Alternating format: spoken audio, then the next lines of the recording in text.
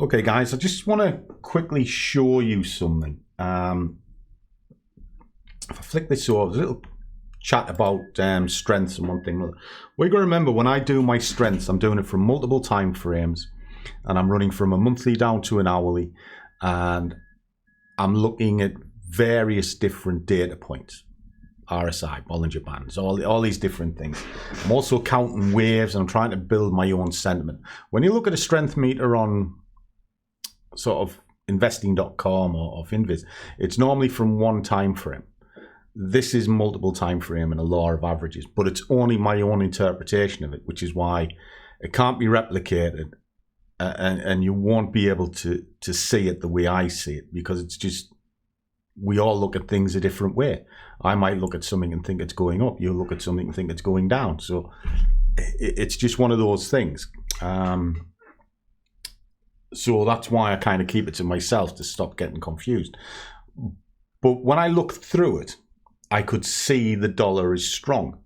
Now, I work in correlations, as you know, and they don't always work out. But if the dollar's strong, it's naturally going to push gold down. And I want to understand why that is. So if I pull this particular account in, and we'll look at it. And I also want to show you something about trailing stops as well. We can see there was a big drop here, and I've got it all nicely marked out with my fib in. And what can we see? It came down. This is the one we were speaking about the other day. Came down, failed, is pushed up, gone into golden zones, you know, between the 61 and the 38, and it stalled. Bang, bang, bang. Collapsed again, because the dollar has been relatively strong, or strong in my view, that is. But failed to make the new low, aggressively tried to push up, but failed here. All right, and we can see that.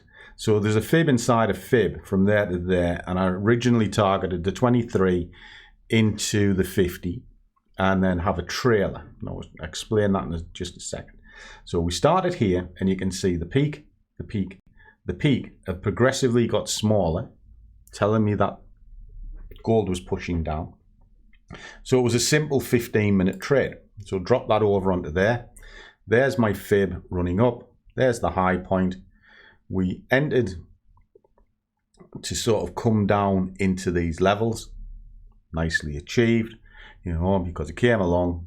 We got here, moved up a little bit of heat, put an extra position in, which is up here.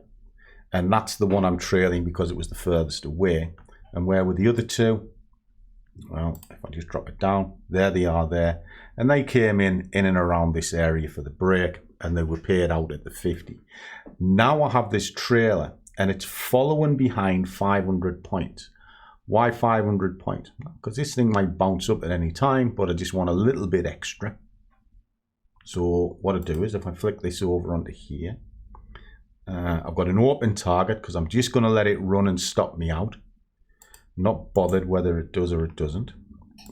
There you are. You can see it's 273 in profit at the moment. It's got profits locked in. Trailing stop, you would just come here to custom, and I set it to 500. Well, why 500? Well, one of the rules of thumb, I'll just go from a 23 to a 50 to see roughly what it is, and then give it a bit of leeway. So from there to there is just shy of 300.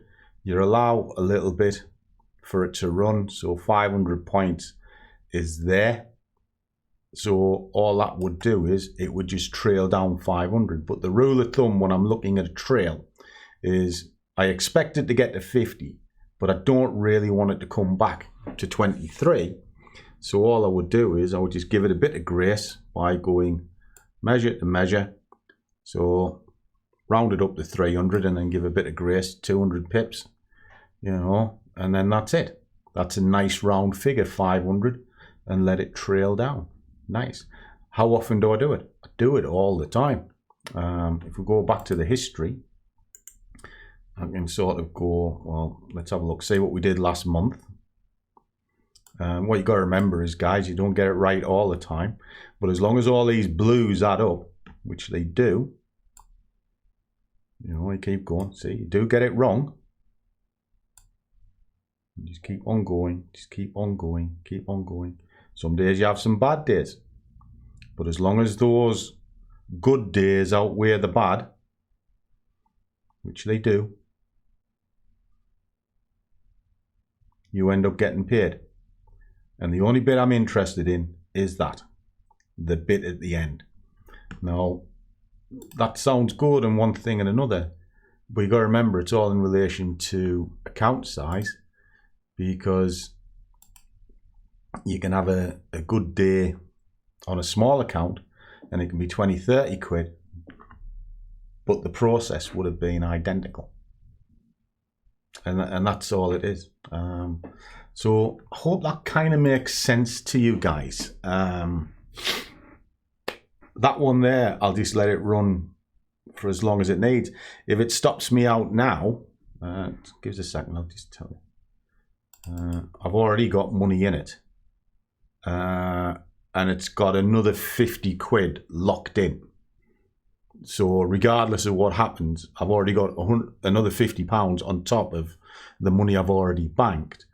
And I'll just let this keep on going. It's just about to hit the 23 now, so it'll constantly add up. So it was just something for you to think about, but it was really for Casper. Little salute to you, kid. Because we were talking about trailing earlier on, and I just thought, while we were looking at the strength, I kind of give a little bit of snapshot as to what I do. But remember, the way I do strength is across multiple time frames, and it's an average of those multiples. Okay, catch you soon.